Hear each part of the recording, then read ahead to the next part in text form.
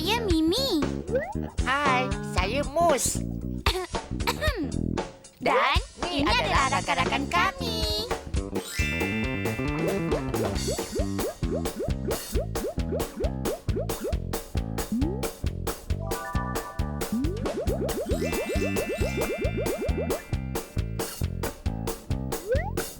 Menolak masa.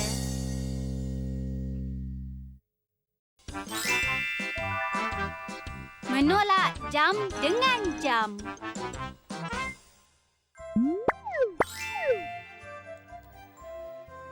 Kenapa dengan awak hari ini, Mimi? Awak nampak gembira aja. Memanglah gembira. Sabtu ni ayah saya nak bawa pergi ke Pulau Pinang tau. Ayah saya ajak awak sekali, Mus. Seronoknya. Bila kita akan bertolak? Kita akan bertolak awal pagi. Lupa nak beritahu. Keluarga Lily pun akan ikut sekali. Hooray! Dapatlah kita pergi bersama keluarga Lily nanti. Hooray!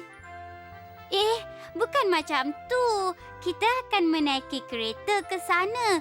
Tapi Lily dan keluarga akan menaiki kapal terbang dari KLIA ke Pulau Pinang. Jadi, maknanya keluarga saya yang akan sampai dulu nanti. Kenapa macam tu pula? Berapa jamkah yang diperlukan dari Kuala Lumpur ke Pulau Pinang dengan menaiki kereta? 5 jam. Jadi berapa pula masa yang diperlukan untuk perjalanan dengan menaiki kapal terbang? 1 jam saja dah sampai. Oh, macam tu rupanya. Jauh juga perbezaannya, ya? Berapa jamkah perbezaannya? Entahlah. Jika kita ingin mencari perbezaan, kita perlu melakukan operasi tolak. Secara ayat matematik, ia ditulis sebagai 5 jam tolak 1 jam bersamaan dengan 4 jam. Dalam bentuk pengiraan lazimnya ditulis dengan bentuk begini. 5 jam tolak 1 jam ditulis di barisan kedua. Jawapannya ialah 4 jam. Wah, hebat! Menolak minit dengan minit.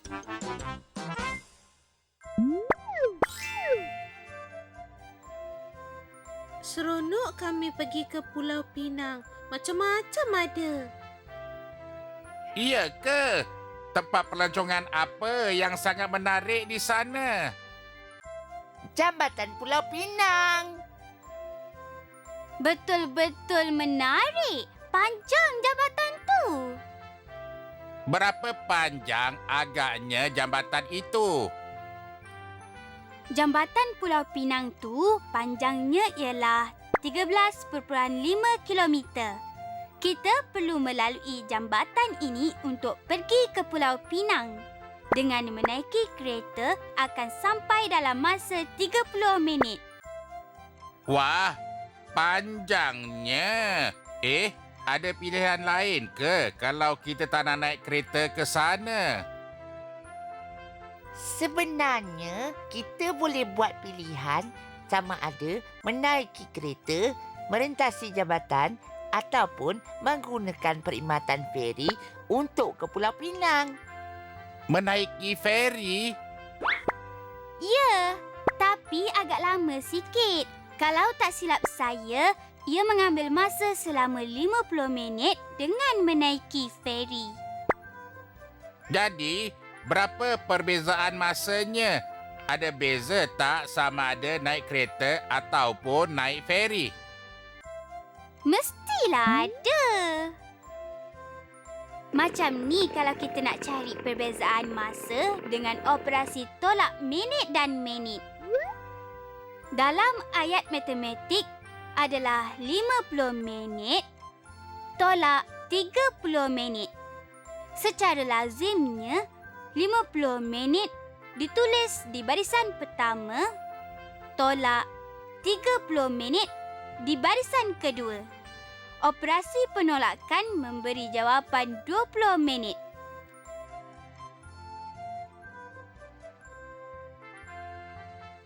Hebatnya. Menolak jam dan minit.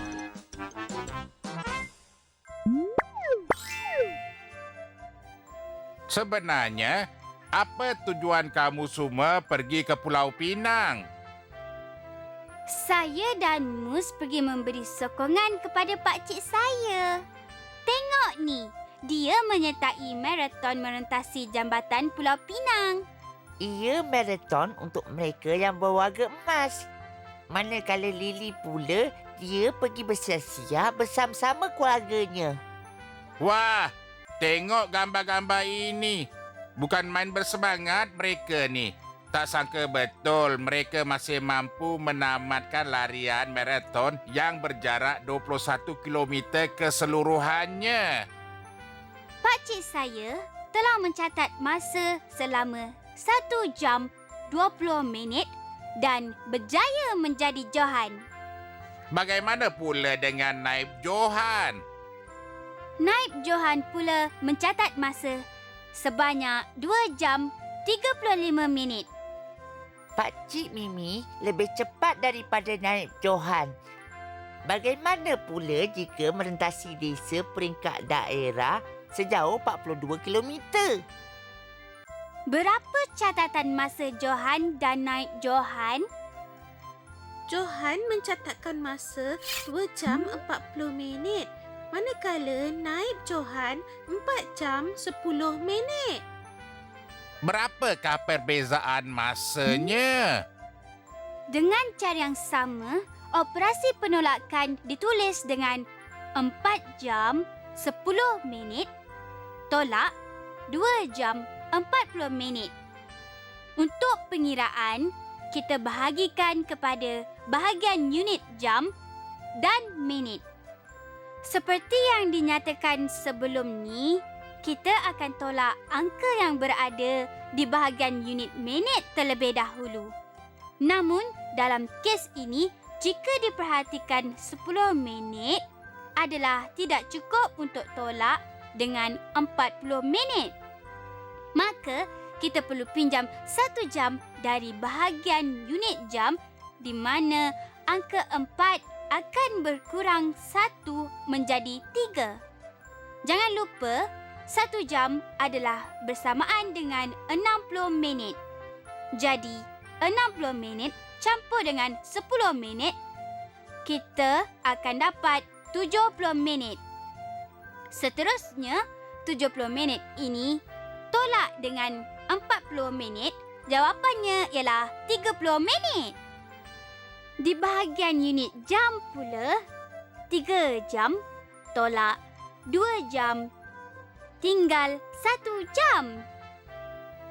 Jawapan yang didapati daripada operasi penolakan 4 jam 10 minit dengan 2 jam 40 minit ialah 1 jam 30 minit. Wah, memang hebat. Saya memang hebat. Bukan awak, Mimi.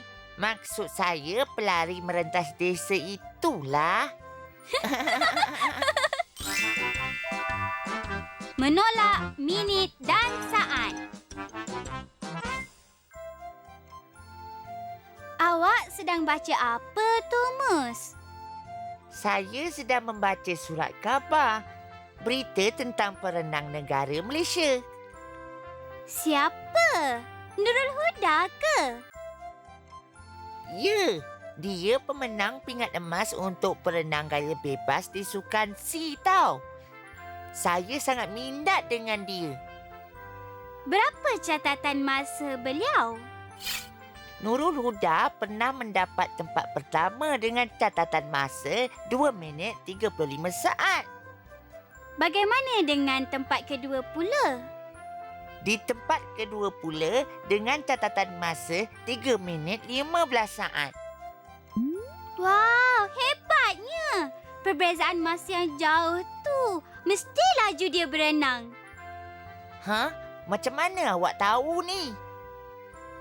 Macam biasa, operasi penolakan masa. Kita dah belajar tolak masa jam dengan jam, minit dengan minit dan jam dengan minit. Sekarang kita belajar minit dengan saat. Ya, saya masih ingat apa yang awak ajar saya tempoh hari. Sekarang, boleh tak awak ajar saya macam mana nak cari perbezaan minit dan saat pula? Nak tahu perbezaan masa catatannya? Mari kita kira bersama. Operasi penolakan ditulis sebagai 3 minit 35 saat. Tolak 2 minit 15 saat. Untuk membuat pengiraan, mula-mula kita bahagikan kepada bahagian minit dan saat. 3 minit 35 saat ditulis dengan 3 di bahagian unit minit dan 35 di bahagian unit saat. Seterusnya, tolak 2 minit 15 saat di mana 2 berada di bahagian unit minit dan 15 di bahagian unit saat. Sekarang, kita akan tolak di bahagian unit saat terlebih dahulu. 35 saat tolak 15 saat ialah 20 saat. Selepas itu, barulah kita melakukan penolakan di bahagian unit minit. 3 minit tolak 2 minit, kita akan dapat jawapan 1 minit. Melalui pengiraan tadi, didapati bahawa perbezaan masa catatan ialah 1 minit 20 saat.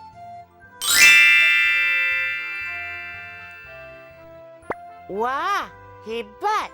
Memang jauh perbezaan masanya. Cuba awak jawab pula. Kita cuba pula contoh yang lain. Andaikan kali ini adalah 200 meter gaya dada.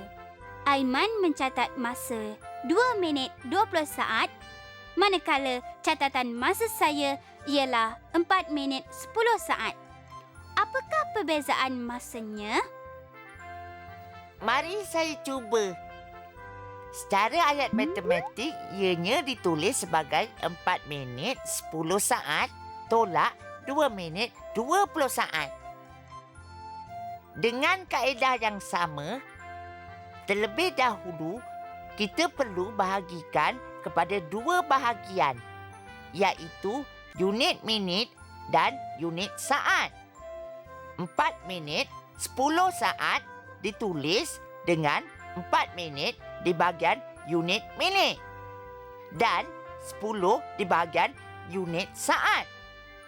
Tolak 2 minit 20 saat yang mana 2 di bahagian unit minit dan 20 di bahagian unit saat.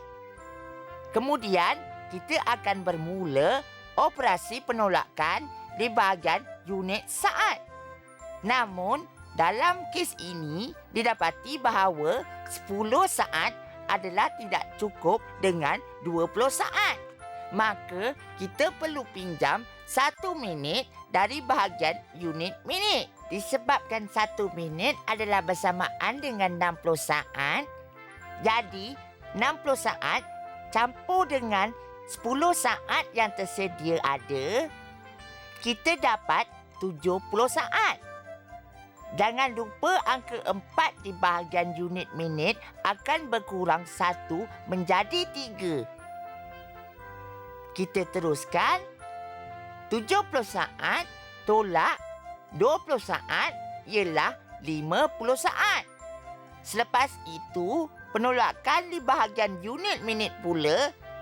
3 minit tolak 2 minit tinggal 1 minit. Jawapan untuk perbezaan masa catatan melalui pengiraan tadi ialah 1 minit 50 saat.